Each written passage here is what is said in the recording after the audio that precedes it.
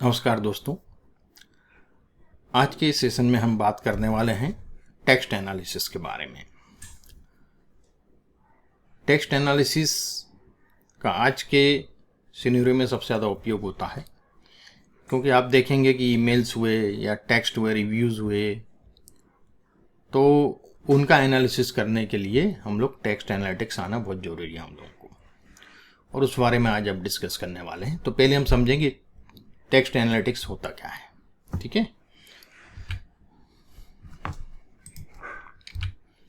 तो text analysis क्या है, यदि हम इसको डिफाइन करें एक सेंटेंस में तो इस प्रकार से होता है: analyses unstructured text data to extract meaningful information.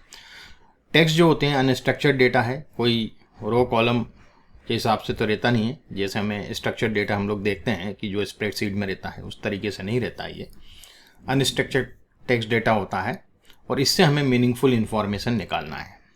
वो एनालिसिस को हम बोलते हैं टेक्स्ट एनालिसिस। देन पर्पस इसका क्या होता है? To identify patterns, trends and sentiments in textual data. जो टेक्सचुअल डेटा है हमारे पास, उसमें से हमें पैटर्न को आइडेंटिफाई करना है, उनके ट्रेंड्स को देखना है और सेंटिमेंट पता करना है कि क्या है, न्यूट्रल है, नेगेटिव है, पॉजिटिव, किस तरह का सेंटिमेंट है। इस उद्देश्य के लिए हम इसका उपयोग करते हैं। नेक्स्ट, यदि हम इसमें टेक्निक्स देखें तो मेन टेक्निक्स जो यूज़ होती हैं, वैसे तो बहुत सारी है, हम आगे डिस्कस करने वाले हैं। जब हम टेक्निक्स की बात करते हैं तो पहला है वर्ड फ्रिक्वेंसी एनालिसिस, जो कि डिस्क्रिप्टिव एनालिसिस का ही पार्ट है। Counting the occurrence of words, कौन सा शब्द कितने बार आया है, इसकी काउंटिंग हम मालूम कर लेते हैं। दूसरा होता है sentiment analysis, identifying the sentiment expressed in text. Text में क्या सेंटिमेंट है उनका, है ना, नेगेटिव है, पॉजिटिव, न्यूट्रल है, वो भी चेक हम लोग सेंटिमेंट एनालिसिस के थ्रू कर सकते हैं। फिर तीसरा आता है टॉपिक मॉडलिंग, तो डिस्कवरिंग हिडन थीम्स इन टेक्स्ट डेटा। टेक्स्ट डेटा में से हिडन थीम्स को डिस्कवर करना, खोजना। फिर एक और है इसमें एन-ग्राम एनालिसिस, तो एग्जामिनिंग सीक्वेंसेस ऑफ वर्ड्स, तो वर्ड्स की जो भी सीक्वेंस है उनको पता करना। तो ये मेजर इसके टेक्निक्स हुई। आगे हम और डिटेल में बात करने वाले हैं। ओवरव्यू ऑफ टेक्स्ट एनालिसिस की जब हम बात करें तो text analysis also known as text mining, और इसको टेक्स्ट माइनिंग भी बोलते हैं, नेचुरल लैंग्वेज प्रोसेसिंग भी बोलते हैं, है ना। इसमें क्या क्या इन्वॉल्व होता है? Transforming unstructured text data into meaningful information. Meaningful information में अनस्ट्रक्चर्ड डेटा को कन्वर्ट करना, ट्रांसफॉर्म करना, कुछ कंप्यूटेशनल टेक्निक्स के द्वारा। ठीक है, it includes a range of methods to process, analyse and interpret text data.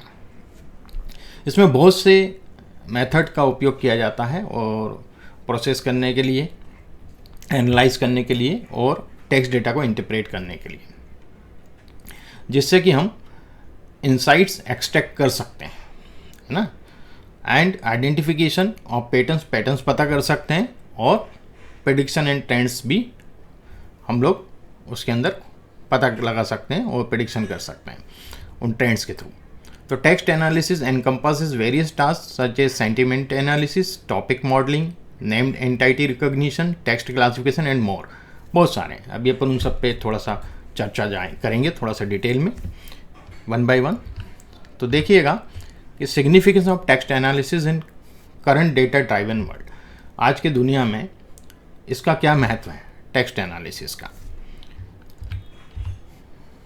सबसे पहली चीज़, जो हमारे पास अनस्ट्रक्चर्ड डेटा है वो बहुत ज़्यादा मात्रा में अवेलेबल है ना, और इसी प्रचुर मात्रा में अनस्ट्रक्चर्ड डेटा का होना ही टेक्स्ट एनालिसिस को बहुत ज़्यादा महत्व प्रदान करता है।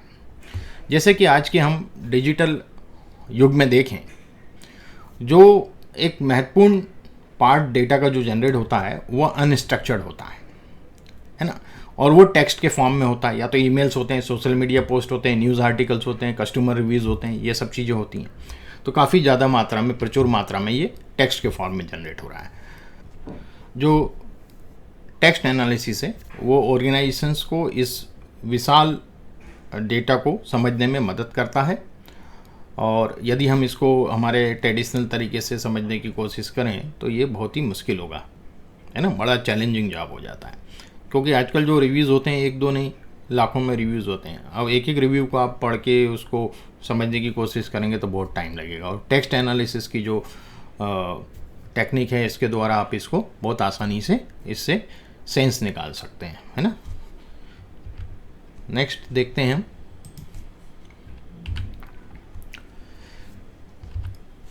Enhanced decision making.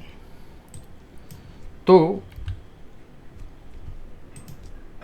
यहाँ हम जो सिग्निफिकेंस की बात कर रहे हैं, तो हमारी डिसीजन मेकिंग को भी ये एनहेंस करता है, बढ़ाता है, इम्प्रूव करता है।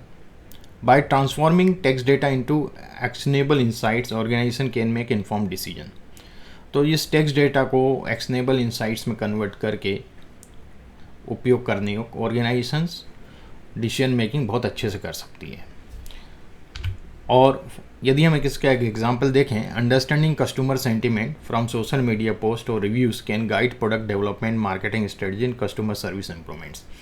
तो जो कस्टमर के सेंटीमेंट हैं, यदि हम उनके रिव्यू में देखें या सोशल मीडिया पे जो भी हैं पोस्ट और रिव्यूज़ जो भी हैं, तो वो हमें गाइड करेंगे प्रोडक्ट के डेवलपमेंट में कि प्रोडक्ट और में क्या डेवलपमेंट करना चाहिए, उनकी मार्केटिंग स्ट्रेटजी हमारी कैसी होना चाहिए, हमारे कस्टमर सर्विस में क्या क्या इम्प्रूवमेंट होना चाहिए। ये चीज़ें हमें डिसीजन मेकिंग में हमें मदद करती है। फिर नेक्स्ट आता है ऑटोमेशन ऑफ रिपीटेटिव टास्क। कई टास्क ऐसी हैं जो रिपीटेटिव होती हैं, उनका ऑटोमेट हो जाता है इसमें। Text as analysis automates many repetitive task such as classifying emails को क्लासीफाई करता है। जैसे कि आप ईमेल में देखेंगे स्पैम में चले जाती हैं, तो क्लासीफाई करके तो स्पैम में डालता है ना।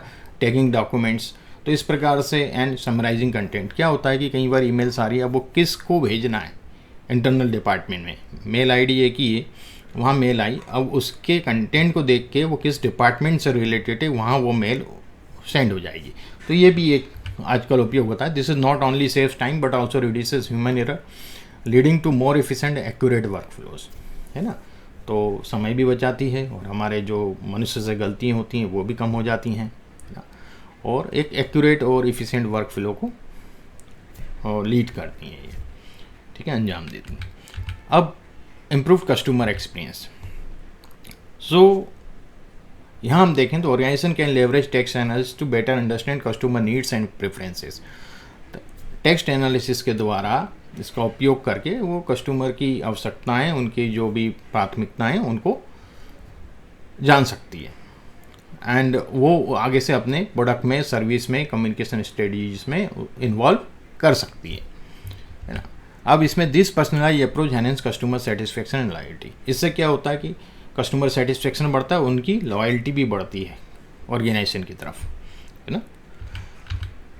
Competitive advantage, companies that effectively utilise text analysis can gain a competitive edge by quickly adapting to market changes, understanding consumer trends and anticipating competitor moves। तो ये जो भी कंपनी टेक्स्ट एनालिसिस को उपयोग करती है इफेक्टिवली, तो उनको कंपटीशन में बहुत फ़ायदा होता है और मार्केट चेंजेस को वो क्विकली अडॉप्ट कर पाती हैं और कस्टमर के ट्रेंड को समझ पाती हैं, है ना, और उस हिसाब से अपने कॉम्पिटिटर के साथ मैदान में अच्छे से वर्क कर पाती हैं, है ना, उनसे आगे निकल पाती हैं।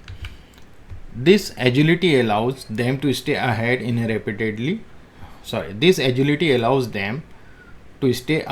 इन a rapidly evolving market landscape. या एजिलिटी से मतलब है चपलता। यदि आप इतने त्वरित तरीके से काम करते हैं तो नेचुरली आप मार्केट जो है पूरा, उसमें आप आगे रहेंगे, है ना, वो कंपनी पायोनियर रहेगी हर चीज़ में। अब इंसाइट्स इनटू ह्यूमन बिहेवियर। अब ह्यूमन बिहेवियर के बारे में भी हमें काफ़ी चीज़ें पता चलती हैं टेक्स्ट एनालिसिस के थ्रू। सो डीप इंसाइट्स हमें मिलती हैं ह्यूमन बिहेवियर की, उनके एटीट्यूड्स की, उनके इमोशंस की, है ना, जो कि हमारे marketing, social science, health care और पॉलिटिक्स के फील्ड में बहुत ही ज़्यादा उपयोगी है ना, बहुत ही invaluable in fields of which are invaluable in the fields of like marketing, social sciences, healthcare and politics, है ना। अमूल्य हैं ये हमारे लिए इन सब फील्ड में, मार्केटिंग में, सोशल साइंस में, हेल्थ केयर में, पॉलिटिक्स में के लिए बहुत। For instance analysing social media data can reveal public opinion, social issues और पॉलिटिकल कैंडिडेट्स।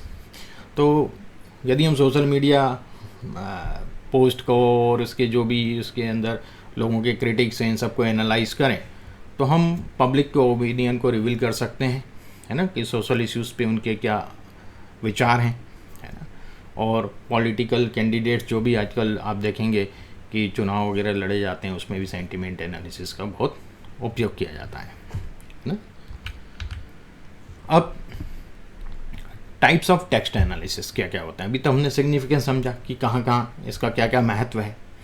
अब हम देखते हैं कि इनके क्या क्या प्रकार होते हैं। तो इसके तो कई प्रकार हैं, हम उनमें से कुछ एक प्रकार, फिर भी 15-16 प्रकार हम देखेंगे कि क्या क्या किया जाता है। बहुत माइनर डिफरेंस होते हैं, कई चीज़ें एक दूसरे में गुथी हुई भी हैं, इसमें साथ में भी चलती हैं, पर हम उसको अलग अलग समझने की कोशिश करेंगे। तो text analysis encompasses various techniques and methods to extract meaningful information and insights from a text data. इसमें बहुत से टेक्निक्स हैं, बहुत सी मेथड्स हैं कि इंफॉर्मेशन को, मीनिंगफुल इंफॉर्मेशन को एक्सट्रैक्ट करने के लिए और टेक्स्ट डेटा के इंसाइट्स को जानने के लिए, है ना। तो देखते हैं हम इसमें सबसे पहली चीज़ होती है सेंटीमेंट एनालिसिस। इसका सभी ने नाम सुना हुआ ऑलमोस्ट। सो डिस्क्रिप्शन यदि हम इसका देखें, सेंटीमेंट एनालिसिस है क्या। Sentiment analysis also known as opinion mining, इसको ओपिनियन माइनिंग भी बोलते हैं। Is the process of determining the emotional tone behind a body of text. जो टेक्स्ट है उसके पीछे इमोशन क्या है लोगों का, उसको निर्धारित करती है इस प्रोसेस के द्वारा, वो हमें पता चलता है। तो it classified text into different sentiment categories such as positive, negative, neutral. इसमें बहुत भी है, 10 पॉइंट्स भी है, 7 पॉइंट्स भी है, अलग अलग लेक्चर्स होते हैं। तो उसके अंदर अलग अलग प्रकार से हम लोग सेंटीमेंट एनालिसिस करते हैं। एप्लीकेशंस देखें तो analysing customer feedback to gauge overall satisfaction with the product और सर्विस। उनके जो फीडबैक आते हैं उससे हम गेज कर सकते हैं कि ओवरऑल कस्टमर सेटिस्फेक्शन कैसा है उनकी प्रोडक्ट और सर्विस को लेकर के। और मॉनिटरिंग सोशल मीडिया और public sentiment about the brand और इवेंट। कोई भी इवेंट है, ब्रांड है, तो सोशल मीडिया के थ्रू पब्लिक सेंटिमेंट को हम मॉनिटर कर सकते हैं, है ना। तो ये सेंटिमेंट एनालिसिस होता है। सेकंड, यदि हम इसका एक एग्जांपल देखें बिजनेस कॉन्टेक्स्ट में, तो देखिएगा, company uses sentiment analysis to assess the reaction of a new product launch on Twitter. Twitter पे वो अपने नए प्रोडक्ट की लॉन्चिंग का सेंटिमेंट एनालिसिस कर रहे हैं, वो रिएक्शन देखना चाहते हैं। So by analysing the sentiment of tweets, जो भी ट्वीट्स पे करते हैं लोग, उस पर they identify whether the overall response is positive है, नेगेटिव है, न्यूट्रल है, and make adjustment to their marketing strategy accordingly. जिस प्रकार से उनको रिस्पांस मिले उस हिसाब से वो देख लेते हैं कि किस तरह का रिस्पांस है, नेगेटिव है, पॉजिटिव है, न्यूट्रल है, उस हिसाब से वो आगे की अपनी मार्केटिंग स्ट्रेटजी डिसाइड करते हैं, एडजस्ट करते हैं। तो ये एक एग्जांपल हो गया सेंटिमेंट एनालिसिस का। दूसरा होता है टॉपिक मॉडलिंग।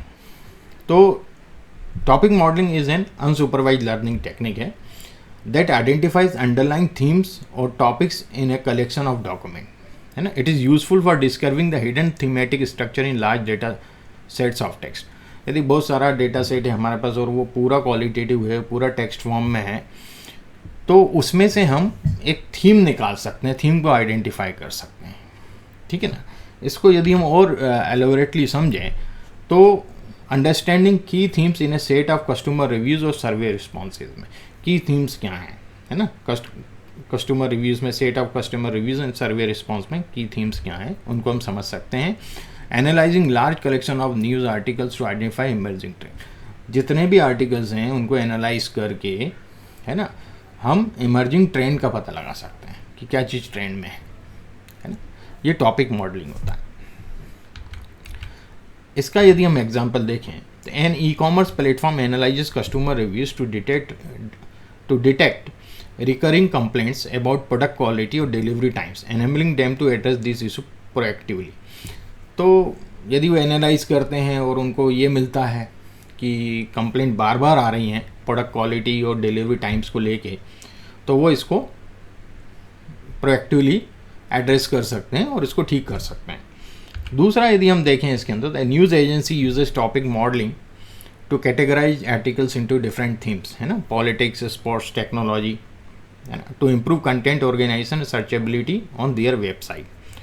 तो इस प्रकार से टॉपिक मॉडलिंग के थ्रू वो लोग कैटेगराइज कर सकते हैं अपने आर्टिकल्स को, अपनी न्यूज़ को, कि पॉलिटिकल है, स्पोर्ट्स, टेक्नोलॉजिकल क्या है ना, और improve content organisation and searchability on their website. ठीक है, अब बात करते हैं नेम्ड एंटिटी रिकॉग्निशन। ये बहुत NER बहुत इंपॉर्टेंट है। Named entity recognition involves identify and classifying named entities in text into predefined categories such as names of persons, organizations, location, dates, emails, mobile number, ये सब उसमें से हम extract कर सकते हैं। तो extracting names and locations from the new articles, automating the tagging of legal documents and relevant entries।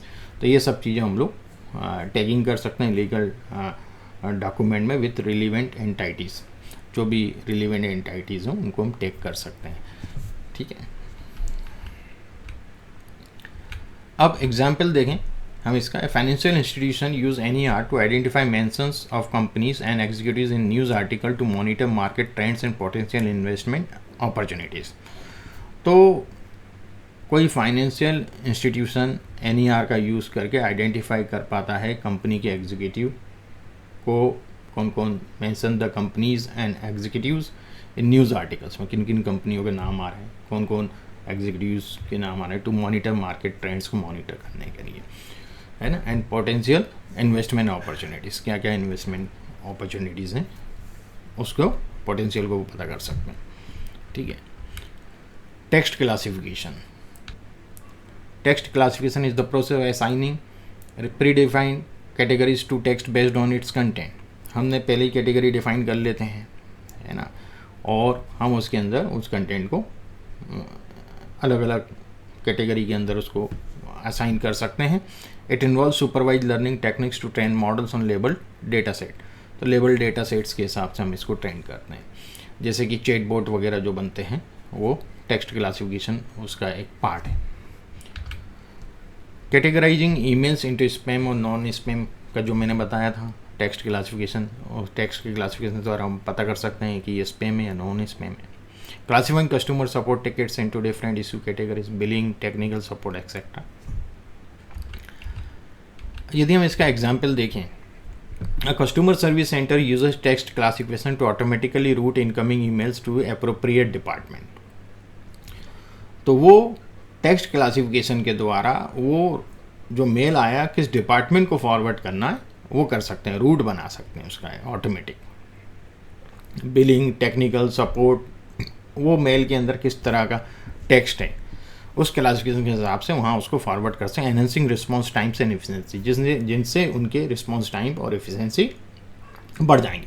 देखिए, कोई वेबसाइट पे बहुत सारे ईमेल एड्रेस तो लिखेगा नहीं हर चीज़ के लिए, एक आदि दो ईमेल एड्रेस होते हैं, और वो ईमेल एड्रेस पे किस चीज़ से रिलेटेड कंप्लेंट है, बिलिंग से है, टेक्निकल है, सपोर्ट है, किस चीज़ की इंक्वायरी है, किस चीज़ की कंप्लेंट है, वो टेक्स्ट एनालिसिस के थ्रू वो टेक्स्ट क्लासिफिकेशन के थ्रू हम लोग ऑटोमेटिकली उसको रूट कर सकते हैं कि ये कहाँ जाना चाहिए, किस डिपार्टमेंट में जाने की, किसके पास जाना चाहिए ईमेल, है ना।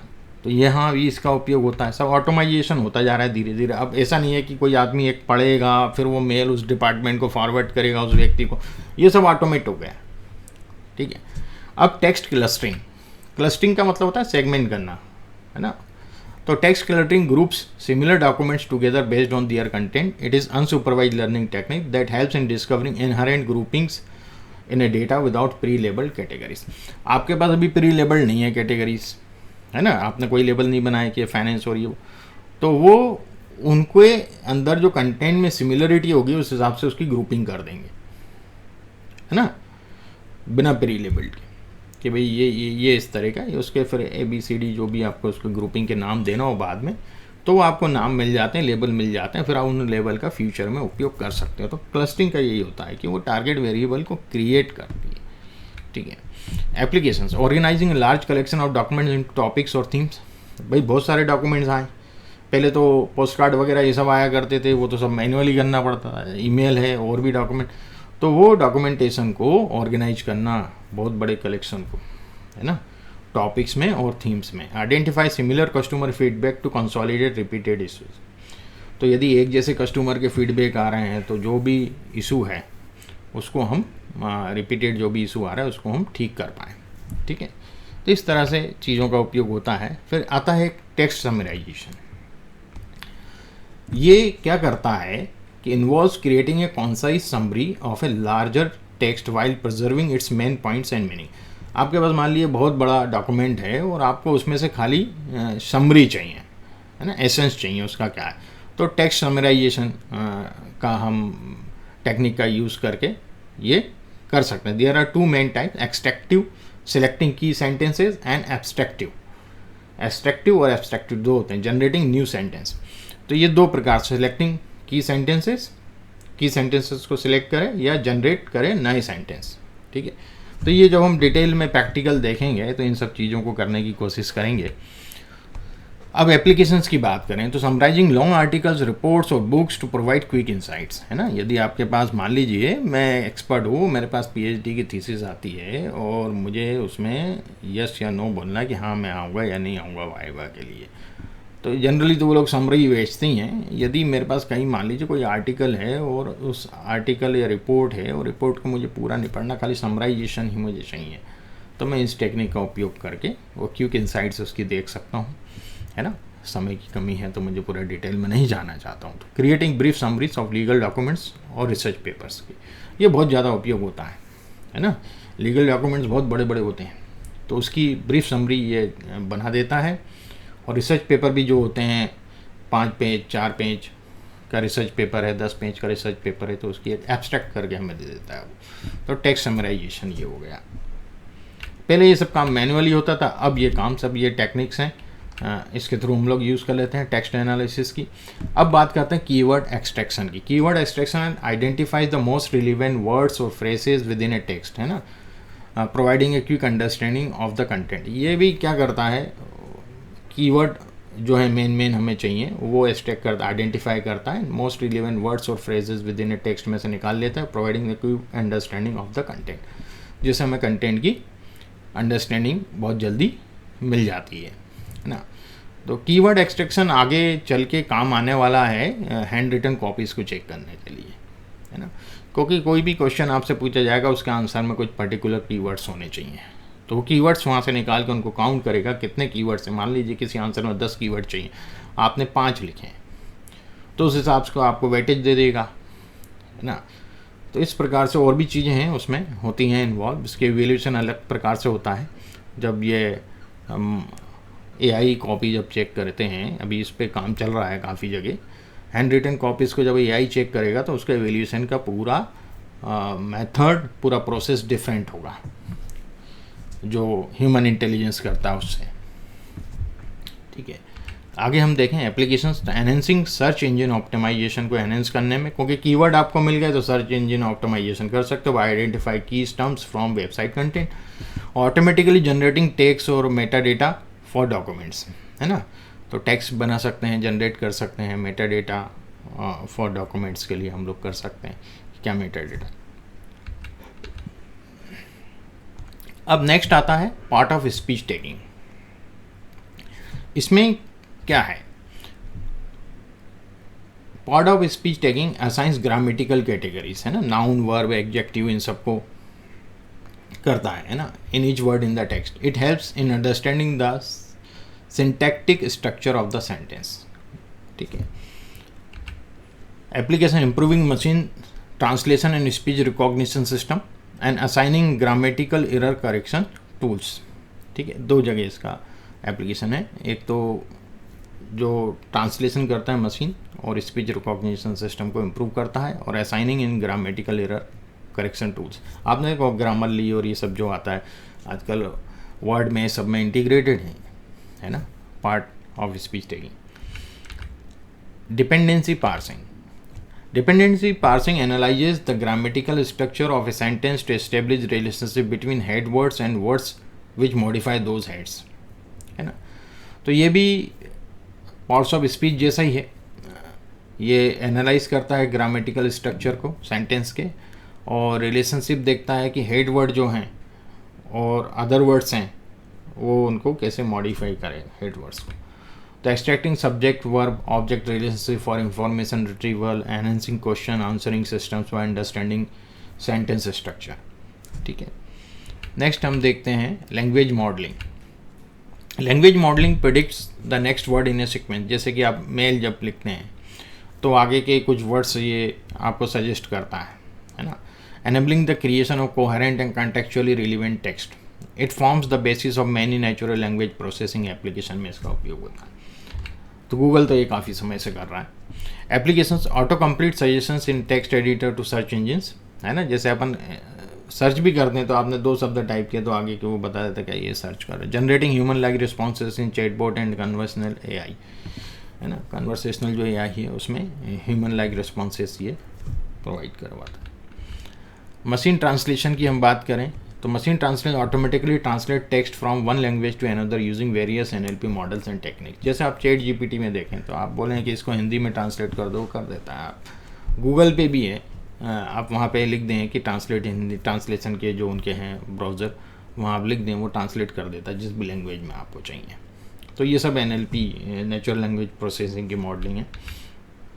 Application translating web content for international audience, है ना, कि भाई मैंने मेरी वेबसाइट इंग्लिश में बनाई, अब मुझे वो स्वीडिश में चाहिए, फ्रेंच में चाहिए, तो मैं उसको उस हिसाब से उसमें वो एल्गोरिथम सेट कर सकता हूँ। वहाँ यदि कोई व्यक्ति खोलेगा, वहाँ वो क्लिक करेगा कि मुझे फ्रेंच में देखना, तो फ्रेंच में कंटेंट ट्रांसलेट हो जाएगा। Assisting multilingual communication customer support, अब कस्टमर सपोर्ट में भी कोई भाई मान लो किसी और लैंग्वेज में बोल रहा है और आप वो लैंग्वेज नहीं समझते हैं, तो वो उसको चेंज करके आपको डिलीवर करेगा। आप उसको समझ के जब आप बोलोगे तो फिर वो वापस उसको चेंज करके और ट्रांसलेट करके सामने वाले को रिस्पॉन्स बताएगा। तो यहाँ भी इसका बहुत अच्छा उपयोग होता है। अब सिमेंटिक एनालिसिस, ये भी बहुत इंपॉर्टेंट है। Semantic analysis involves understanding the meaning and interpretation of words and sentences beyond their literal definitions. इसका मतलब ये हुआ कि जो शब्दों और वाक्यों के अर्थ को समझने में ये हमें मदद करता है, क्योंकि जो सीधे सीधे अर्थ हमें समझ में नहीं आ पाते हैं, ये उनके गुण अर्थ को समझने की कोशिश करता है। इसमें बहुत सी चीज़ें, सामान्य जो हमारा विश्लेषण है, इसमें बहुत सी चीज़ें रोल निभाती हैं। सिनोनिम्स होते हैं, पर्यायवाची होते हैं, विपरीतार्थी शब्द होते हैं, इस तरह के शब्दों को वो सही अर्थ निकालने की कोशिश करता है। यदि हम उसका शाब्दिक अर्थ निकालने की वैसे कोशिश करें तो वो कुछ और ही आएगा, पर वो उसके पूरे ओवरऑल मीनिंग को समझने में मदद करता है। ये सिमेंटिक एनालिसिस होता है। ठीक है, मतलब निकालता है वो। सीधे सीधे अर्थ से ज़्यादा ज़रूरी है उसका मतलब क्या है, यहाँ वो पॉइंट आ रहा है। सीधे सीधा अर्थ यदि मैं डिस्क्राइब कर दूँ, किसी सेंटेंस को ट्रांसलेट करके आपको बता दूँ तो आपको समझ में नहीं। यदि मैं उसका मतलब आपको समझाऊंगा तो वो ज़्यादा इंपॉर्टेंट है। सिमेंटिक एनालिसिस जो है वो मतलब निकाल के बताता है आपको, अर्थ से मतलब नहीं है कि भाई उसका ट्रांसलेट कर दिया, उसका मतलब क्या है वो बताना है main. So application enhancing search engines by understanding their intent and context. तो इंटेंट जो होता है, इंटेंशन जो होता है, उसको समझता है वो किस विषय में आदमी बात कर रहा है, किस कंटेक्स्ट में आदमी बात कर रहा है। और improving natural language understanding in AI system जो होते हैं उसमें इम्प्रूव करता है semantic analysis natural language understanding को, है ना। नेक्स्ट है text mining and information retrieval. Text mining extract useful information of text data. तो टेक्स्ट माइनिंग वही है कि टेक्स्ट डेटा से यूजफुल इन्फॉर्मेशन का often involves the discovering of patterns and trends. ये तो बेसिक है टेक्स्ट एनालिसिस का। Information retrieval focus on retrieving relevant documents from a large repository. आपके पास बहुत बड़ी रिपोजिटरी है, उसमें से आपको रिलीवेंट डॉक्यूमेंट ही रिट्रीव करना है, तब इसके थ्रू टेक्स्ट माइनिंग के थ्रू हम लोग इस काम को बड़ी आसानी से कर सकते हैं। Developing advance search engine recommendation systems. आपके पास कई जगह इन्फॉर्मेशन रखी है सर्वर में और पर्टिकुलर वही इन्फॉर्मेशन को वो निकाल के जाता है। तो mining social media for market research and trend analysis, है ना, वहाँ भी इसका उपयोग होता है। सोशल मीडिया से भी वही इन्फॉर्मेशन चाहिए तो हम वही इन्फॉर्मेशन एक्सट्रैक्ट करके ला के देगा, बाकी के नहीं देगा। अब ओपिनियन माइनिंग की बात करें तो a subset of sentiment analysis, opinion mining focuses on extracting and analyzing subjective information from text data such as opinions, attitudes and emotions. ये वही निकालता है जो हम सेंटिमेंट एनालिसिस में करते हैं, ठीक है. मैंने बताया था सेंटिमेंट एनालिसिस को ओपिनियन माइनिंग भी बोलते हैं. तो application analysing political database to understand public opinion, है ना. Monitoring brand reputation by extracting opinions from online reviews, तो ये हम उपयोग करते हैं पॉलिटिक्स में और बिजनेस में. अब टेक्स्ट जनरेशन की बात करें, टेक्स्ट को कैसे जनरेट करेंगे. अभी तक तो हम मीनिंग निकाल रहे हैं, उसका एनालिसिस कर रहे हैं, उसका क्लासिफिकेशन कर रहे हैं, ये सब देखा. अब जनरेशन की बात करने वाले हैं हम.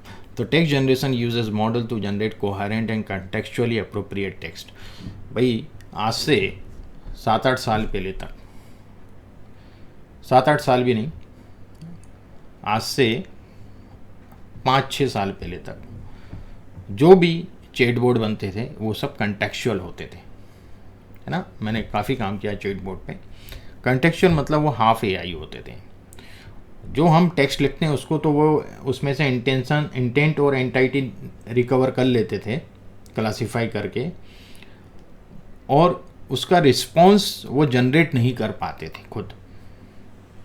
तो 50% तो एआई था, मशीन लर्निंग यूज़ होती थी वहाँ. पर जब रिस्पॉन्स देते टाइम आता था तो हमें पहले से ही उस इंटेंट और एंटाइटी के अकॉर्डिंग कुछ टेम्पलेट्स रखना पड़ते थे. सिमिलर इंटेंट और एंटाइटी के हमने 5-7 टेम्पलेट, फिर अगले के 5-7 ऐसे हम टेम्पलेट रखते थे. उसमें से वो एक रैंडम टेम्पलेट आपके चैटबॉट जो होता था वो आपको रिस्पॉन्ड करता था. तो आपने अभी पूछा, उसके 1 मिनट बाद पूछा, तो वो कोई दूसरा सेंटेंस उसी इंटेंट और एंटाइटी का उठा के लाएगा. तो लोग ये समझते थे कि एआई है, बट वो कंटेक्चुअल था, वो एआई नहीं था. अब चैट जीपीटी के आने के बाद ये चीज़ हो गई है कि टेक्स्ट जनरेट होने लगे हैं, है ना. और इसका जो मेन क्रेडिट जाता है वो गूगल को ही जाता है.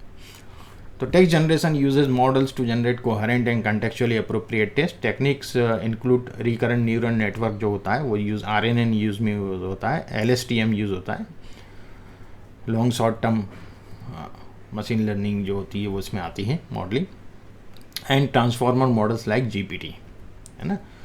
ये इसके अंदर उपयोग होते हैं. इन सबको मिक्स करके टेक्स्ट जनरेशन होता है. और एप्लीकेशन देखें, क्रिएटिंग ऑटोमेटेड न्यूज़ रिपोर्ट्स और समरीज, और generating dialogue in chatbots and virtual assistants, है ना, वहाँ इसका उपयोग होता है. सो यदि हम देखें तो कंक्लूड करें इस टेक्स्ट एनालिसिस को, तो this types of descriptive analysis provide a comprehensive toolkit of summarising, interpreting data in various form, enabling data driven decision making. तो उसमें ये उपयोग होता है. डिस्क्रिप्टिव एनालिसिस में भी आप फ्रिक्वेंसी देखते हैं, और बाकी तो बहुत से टेक्स्ट एनालिसिस में जो हैं एडवांस थी, मशीन लर्निंग था और न्यूरल नेटवर्क और ये सब चीज़ से रिलेटेड टेक्निक्स थी. पर क्योंकि टेक्स्ट एनालिसिस के ऊपर ये सेशन है तो मैंने सब चीज़ बताना बेहतर समझा कि टेक्स्ट एनालिसिस कितना वास्ट है, कि उसमें क्या क्या किया जा सकता है. ठीक है. सो ये सेशन मैं यहीं फिनिश करता हूँ, और मैं आपसे रिक्वेस्ट करता हूँ यदि ये मेरे वीडियोस आपको पसंद आ रहे हैं, ये सेशंस आपको पसंद आ रहे हैं, तो आप इसको लाइक करें, सब्सक्राइब करें और बेल बटन को ज़रूर प्रेस करें ताकि आगे आने वाले वीडियो के नोटिफिकेशन आपको मिल सकें. साथ ही स्टडी मटेरियल का लिंक डिस्क्रिप्शन में दिया हुआ है. लिंक तो नहीं दिया है, स्टडी मटेरियल के लिए एक रजिस्ट्रेशन फॉर्म का लिंक डिस्क्रिप्शन में दिया हुआ है. आप वहाँ जाके अपने आप को रजिस्टर करें. You will get the study material link through mail, है ना. तो आपको मेल के द्वारा वो स्टडी मटेरियल का लिंक मिल जाएगा. वहाँ से आप आगे भविष्य में जो भी मटेरियल है वो डाउनलोड कर सकते हैं.